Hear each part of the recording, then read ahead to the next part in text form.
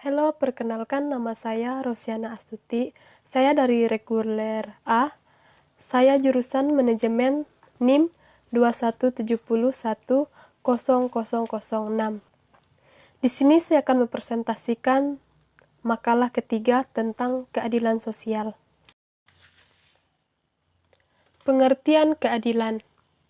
Keadilan salah satu tujuan negara Republik Indonesia selaku negara hukum. Penegakan keadilan akan membuat kehidupan manusia, baik selaku pribadi maupun sebagai anggota masyarakat, untuk menjadi aman, tentram, dan sejahtera. Upaya untuk mencapai ke arah itu memerlukan nilai keselarasan, keserasian, dan keseimbangan yang menyangkut hak dan kewajiban yang dimiliki oleh seluruh warga negara Indonesia, tanpa membedakan berbagai merupakan aspek yang ada. Keadilan sosial berarti keadilan yang merupakan milik setiap individu yang ada di masyarakat. Keadilan sosial yaitu adil yang menyeluruh, yang berlaku untuk seluruh rakyat Indonesia. Dengan kata lain, keadilan sosial adalah hakikat Pancasila, di mana seluruh komponen masyarakat merasakan hal atau nasib yang sama tanpa adanya perbedaan derajat sosial hanya karena uang.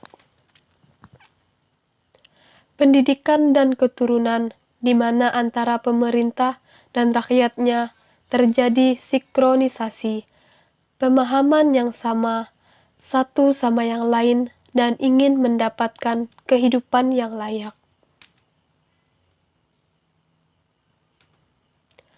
Keadilan distributif menurut John Rawls.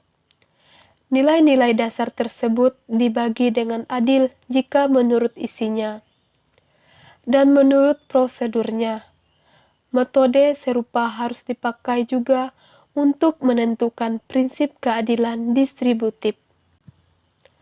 Perumusan prinsip-prinsip itu harus dimasuki the original position.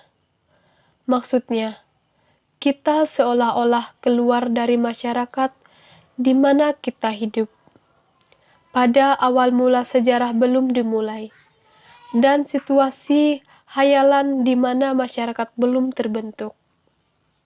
Dengan begitu, kita berada di balik the veil of ignorance, di balik selubung ketidaktahuan.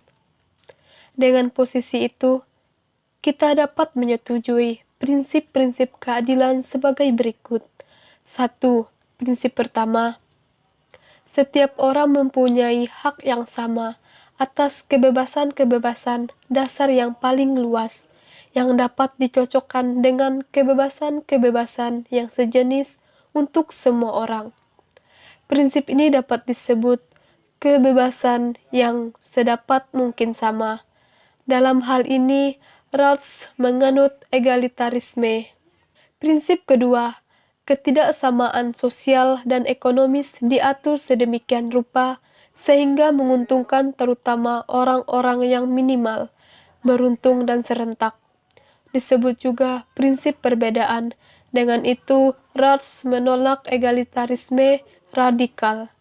Dengan prinsip perbedaan itu, sebenarnya Rawls meletakkan dasar etis untuk welfare state modern, melekat pada jabatan-jabatan dan posisi-posisi yang terbuka bagi semua orang dalam keadaan yang menjamin persamaan peluang yang fair.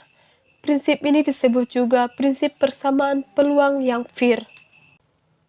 Keadilan sosial. Keadilan sosial berarti yang merupakan milik setiap individu yang ada di masyarakat. Keadilan sosial yaitu adil yang menyeluruh, yang berlaku untuk seluruh rakyat Indonesia. Dengan kata lain, keadilan sosial adalah hakikat Pancasila, di mana seluruh komponen masyarakat merasakan hal atau nasib yang sama tanpa adanya perbedaan derajat sosial hanya karena uang. Pendidikan dan keturunan, di mana antara pemerintah dan rakyatnya menjadi sinkronisasi, pemahaman yang sama satu sama yang lain, dan ingin mendapatkan kehidupan yang layak. Keadilan distributif menurut Robert Nozick. Nozick menjadi terkenal karena bukunya Anarchy, State and Utopia pada tahun 1974 yang memuat pemikiran liberalistisnya tentang keadilan. Teorinya tentang keadilan distributif disebutnya Enlightenment Theory.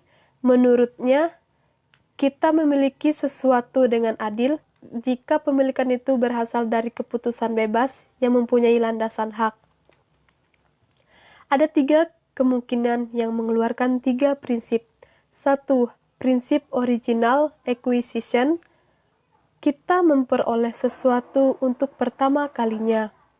2. Prinsip transfer. Kita memiliki sesuatu karena diberikan oleh orang lain. 3. Prinsip rectification of injustice. Kita mendapat sesuatu kembali yang belumnya dicuri dari kita. Keadilan kapitalistik. Ciri-ciri kapitalistik yaitu 1. Sebagian besar sarana produksi dan distribusi dimiliki oleh individu. 2. Barang dan jasa diperdagangkan di pasar bebas yang bersifat kompetitif. 3. Model kapitali, baik uang maupun kekayaan lain, diinvestasikan ke dalam berbagai usaha untuk menghasilkan laba. Keadilan sosialistik. Keadilan sosial merupakan hak bagi setiap warga negara Indonesia yang hidup bersama dalam negeri ini. Perlakuan hukum tidak dibedakan antara golongan atas maupun golongan bawah. Semua berhak mendapatkan hukum yang adil dan setara sama yang lainnya. Secara umum, seseorang bisa dikatakan bahwa orang yang tidak adil adalah orang yang tidak patuh terhadap hukum. Dan orang yang tidak fair, justik yang adil adalah orang yang patuh terhadap hukum dan fair. Jadi, kesimpulannya di sini adalah keadilan sosial berarti keadilan yang berlaku dalam masyarakat di segala bidang kehidupan, baik material maupun spiritual. Hal ini berarti keadilan itu tidak hanya berlaku bagi orang yang kaya, tetapi berlaku pula bagi orang yang miskin. Bukan hanya untuk para pejabat, tetapi untuk rakyat biasa.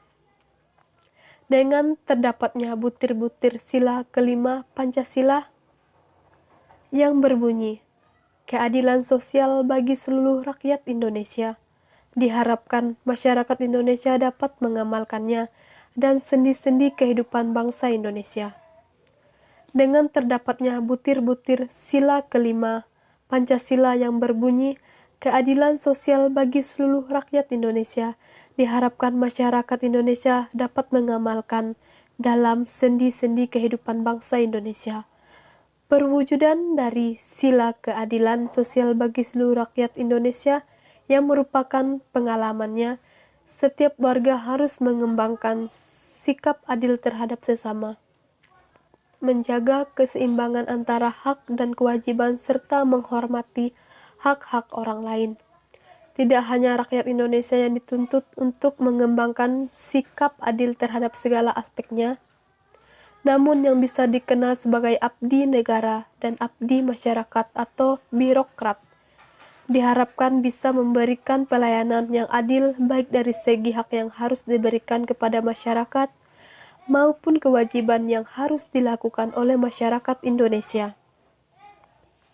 Sehingga dapat disimpulkan bahwa implementasi Pancasila juga sangat berpengaruh kepada keberhasilan birokrasi. Dengan implementasi dan penghayatan yang benar tentang Pancasila tersebut, maka terciptalah birokrasi yang baik, efektif, efisien, dan melayani masyarakat. Sekian dari presentasi saya. Semoga bermanfaat untuk kita semua. Terima kasih.